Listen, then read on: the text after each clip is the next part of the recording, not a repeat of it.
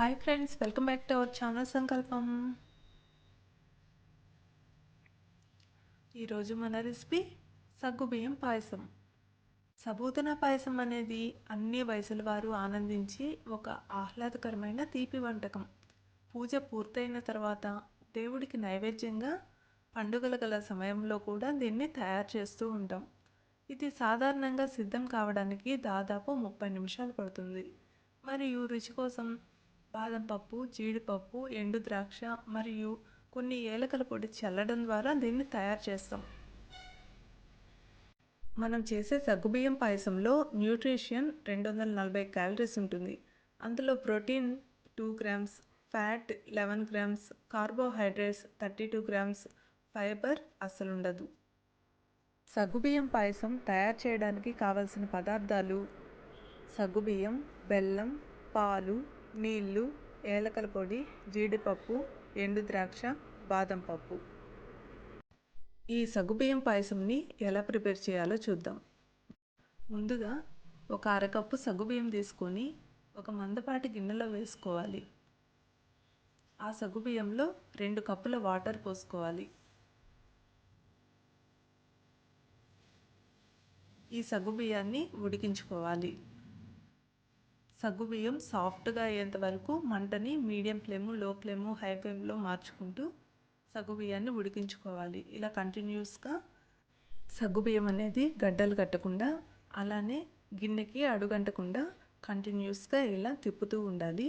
సగ్గుబియ్యం పూర్తిగా ఉడికిన తర్వాత ఇందులో ఆల్రెడీ నేను కాచిపెట్టుకొని చల్లార్చుకున్న పాలను పోసుకుంటున్నాను. వీటిని కూడా బాగా మిక్స్ చేసుకోవాలి. అలా కొంచెంసేపు మిక్స్ చేసుకున్న తర్వాత ఇందులో 1 కప్పు బెల్లం వేసుకుంటున్నాను. ఇలా బెల్లం కరిగేంత వరకు బాగా మిక్స్ చేసుకోవాలి.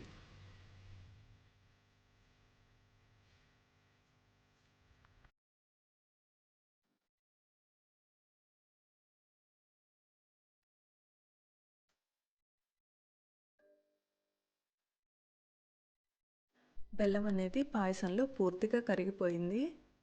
ఇప్పుడు ఇందులో ఏలకల పొడి వేసుకుందాం. ఇలా ఏలకల పొడి వేసుకున్న తర్వాత ఒక 7-8 నిమిషాలు బాయిల్ చేసుకోవాలి.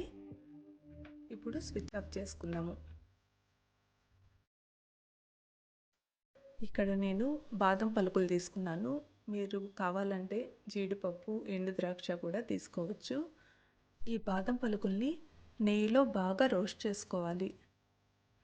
ఇలా రోస్ట్ చేసుకున్న బాదం పలుకుల్ని పాయసంలో వేసుకుందాం.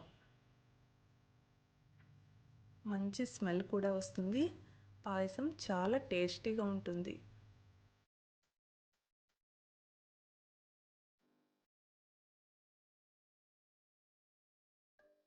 ఎంతో టేస్టీ అయిన ఈ పాయసాన్ని ఇప్పుడు సర్వ్ చేసుకుందాము.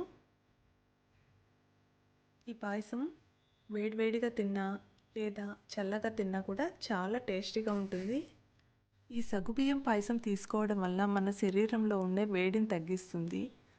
మనలో ఉండే నీరసాన్ని తగ్గించి ఎనర్జీని ఇస్తుంది.